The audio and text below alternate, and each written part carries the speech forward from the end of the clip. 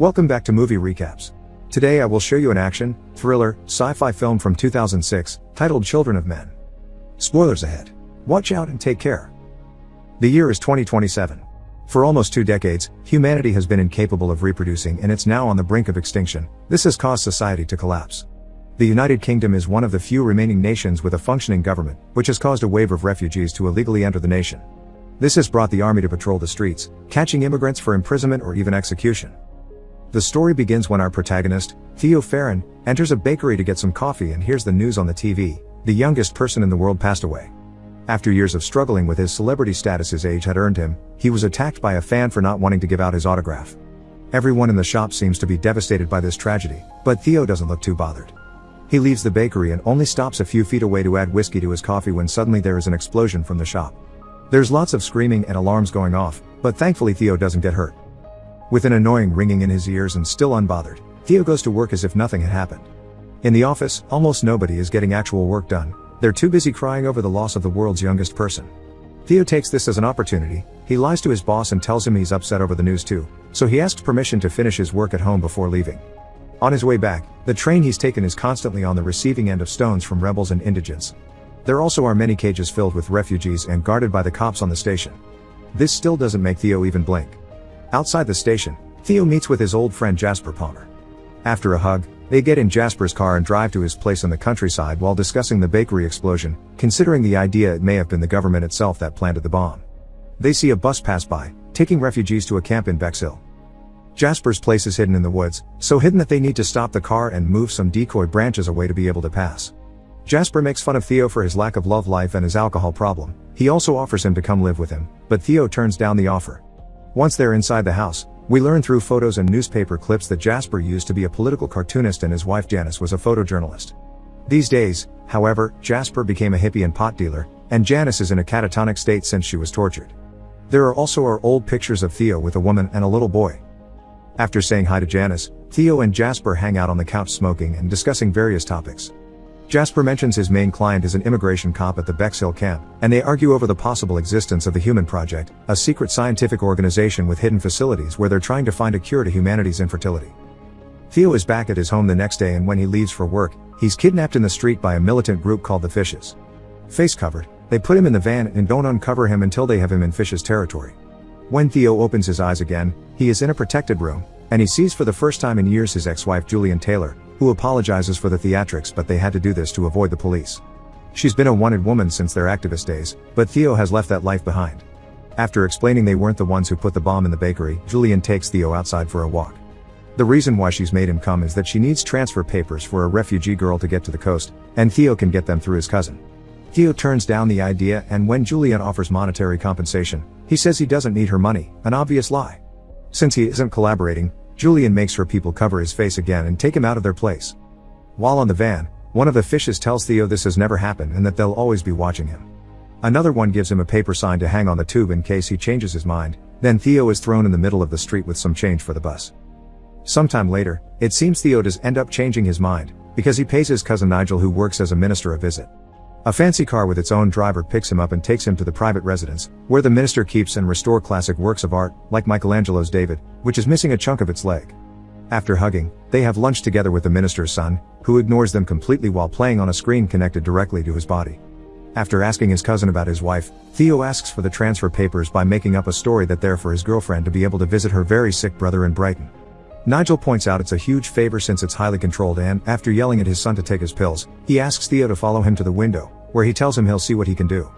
Theo wonders why Nigel keeps all this art when in 100 years there won't be anyone to look at it. Nigel replies he just doesn't think about it. Hours later, Theo is at a pub and is approached by one of the Fishes, Luke, who saw the sign Theo had been given posted outside. Theo explains he did get the papers, but they're joint, so he is the one who will have to escort the girl, a task he'll accept if he's paid more. Luke accepts because Julian thinks highly of Theo. The next day, Theo is approached by one of the Fishes again while he's betting on the dogs, a woman that shows him the same sign he used the day before. He follows her outside and onto a bus, where Julian is waiting for him. She asks about the papers before reminiscing about the old days, but they end up arguing over the way they handled the passing of their child, Dylan, and eventual separation. When they reach their stop, they hurry out of the bus and Theo takes the chance to ask why he was chosen. Julian says she trusts him. He also asks what will happen to them, and Julian says she doesn't know before pecking his lips. She says he's only come for the money. After crossing a bridge, they walk under it to meet with Luke, who gives Theo his money as soon as he asks for it. While explaining to him that he'll be taken to the first checkpoint in Canterbury and then he'll be on his own with the girl, they get in the car, where Theo is introduced to a woman named Miriam and the young girl he'll be escorting, Key. They drive to Canterbury. Theo sleeps at the beginning of the trip, but when he wakes up later on, he and Julian reminisce about their old days as activists and play a little game with a golf ball. When they're about to reach their destination, they're ambushed by an armed gang. Julian gets shot. They manage to drive away from the gang, but then it's the police that arrive and chase them instead. Luke has no other option but to stop the car. However, when he gets out, he shoots both cops before returning to his place behind the wheel and getting everyone out of there as soon as possible. They stop to say their goodbyes to Julian. The two women cover the body with a shawl and pray, while Theo pretends to be unaffected until he distances himself from them, then he allows himself to cry. It doesn't last long though, because Luke quickly tells them to get back in the car so they can leave before they're caught again. It's nightfall when they reach a Fish's safe house, where the entire group is meeting to vote for their new leader. Theo asks for a ride to London, but he's told it's too dangerous and he'll have to wait until the next day. Instead, he's offered a shower and clean clothes. After washing up, he chit-chats with one of the Fishes before Miriam comes looking for him to take him to Key. She takes him to the barn while the Fishes vote for Luke as their new leader. Inside the barn, Theo is left alone with Key, who says Julian told her stories of their child and if things got bad, she should talk to Theo because he's the only one she can trust to take her to the boat called the Tomorrow. Theo doesn't want anything to do with this, so to convince him, Key takes off her dress and reveals her secret: she's pregnant. Theo is shocked, not believing what he's seeing, but the moment is interrupted by Luke, who takes them all back to the house. They watch the news on the TV. Julian's body has been found, and they're now looking for the people that were with her in the car. The police think they'll be able to identify them soon. An argument starts then about what they should do with Key. The Fishes don't want to make her public because the government will take her baby away, but Theo thinks she needs proper care. There's also the matter of the Human Project being rather difficult to contact, so they may lose their only chance if they don't go to meet that boat. Key decides to stay and have her baby in the safe house, but she still wants to be taken to the Tomorrow after her baby is born. Later that night, Theo can't sleep, so he is awake to hear the noises of people arriving outside. He sneaks around to secretly learn what's going on. It's the people that attacked them earlier. The ambush had been Luke's plan so he could become the leader and take control of the baby to use it as a political tool in their revolution. Theo won't allow this, so he rushes to Key's and Miriam's bedroom to tell them what's going on and help them escape. They sneak outside and while hiding from the guards, they carefully approach each car. They disable two of them and enter the third one, which won't start. Theo gets off and starts pushing it, gaining the attention of the Fishes.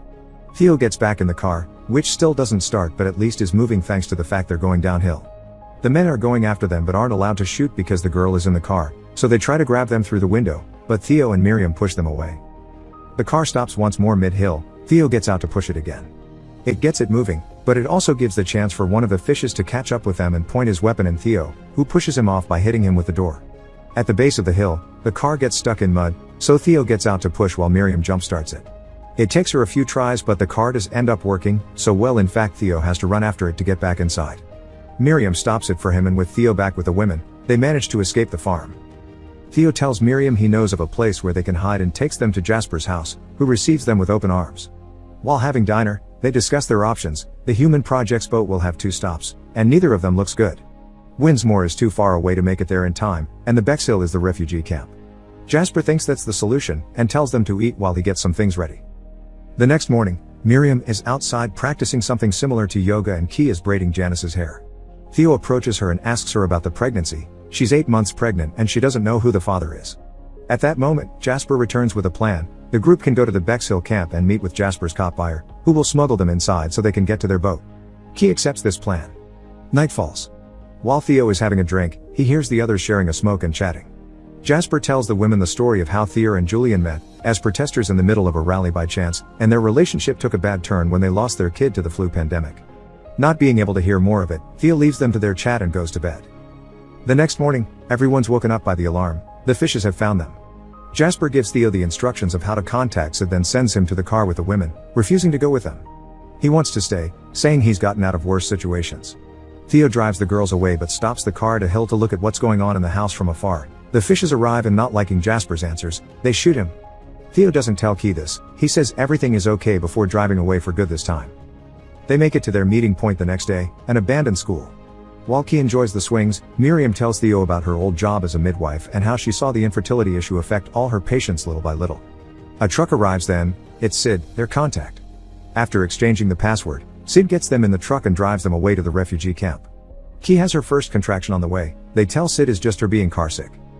They make it to Bexhill, and Sid tells them to put on sad refugee faces before moving them from the truck and into a bus filled with refugees that quickly leaves the area. Soon enough, Key's contractions start getting worse, and by the time they make it to the actual camp, her water breaks. A guard notices her state of distress, so Miriam distracts him by acting as if going through religious mania, so she's taken away to be executed. He's also about to take Keith, so Theo points at the water on the floor between her legs and says it's urine and excrement, effectively driving him away. Theo and Key leave the bus and join a line where Theo loses Key for a short moment when a guard tells him to lose his clock, but they reunite soon after. The line that is eventually released into the city that became the refugee camp, and there they look for Marichka, a Romanian woman that takes them to a safe abandoned building and gives them a private room where Key can have her baby. Labor is hard on Key, but Theo guides her, and eventually she gives birth to a healthy baby girl. The next day, Sid comes by to check on them. The city's become a dangerous mess after a wall blew up and people started to flee, so Sid's come to help them escape.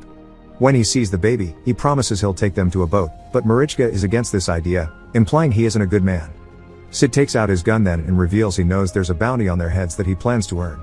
On their way downstairs, Marichka manages to push Sid off and Theo jumps on him to get him away from Key. After Marichka hits him with a stick, the three of them start running away, with Sid breathing on their backs. They go down a hallway to reach a street, and when Sid gets stuck on the door, Theo finishes him off with a brick to the head. Theo asks Marichka about the boat, and after some confusion on her part, she catches on and starts guiding them to it amidst all the fighting between the military and the fishes. She makes them enter a building, and after showing the baby to the owner through a window, they're allowed to enter a very nice apartment. There they eat, rest and get better shoes for Theo while two elderly women play with the baby. One of the guards tells them they need to leave in an hour, so when that time passes, they put Key on a wheelchair and leave the building. They're running again, and soon they're found by Luke and the fishes. Luke takes Key and the baby with him and leaves the other fishes to shoot Theo and Marichka. They're about to do so when more military arrives, giving Theo and Marichka a chance to run from them and try to find Key. Theo gets separated from Marichka, but he keeps going, avoiding soldiers and fishes until he makes it inside a building under heavy fire. After climbing various stairs, he finally finds Key and her baby near Luke, who is trying to convince them of his good cause when a bomb goes off in the building, ending his life. Theo grabs Key and the baby and escorts them out, not having trouble leaving the building because everyone is awed by the baby. The refugees touch them as if they were a vision, and when they are stopped by the fishes, they also let them pass. While leaving the building, the soldiers who enters notice the baby and starts yelling to stop the firing so they can let them pass. As they walk away, everyone outside stare at them in shock, but the fire resumes when the trio is far enough from the building. They quickly get back to the building entrance where they had been captured and reunite with Marichka, who finally takes them to an underground passage where their boat is waiting for them. After refusing to join them, Marichka pushes the boat and sends them to the sea. Theo rows until they make it to the buoy that will serve as their rendezvous point.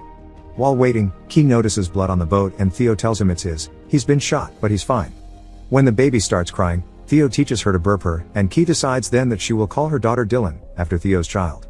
It is then that Theo loses consciousness and perhaps even passes away exactly as the Tomorrow arrives to take Key and Dylan to safety. Make sure to subscribe and turn on notifications so you can watch more videos like this. Thanks for watching.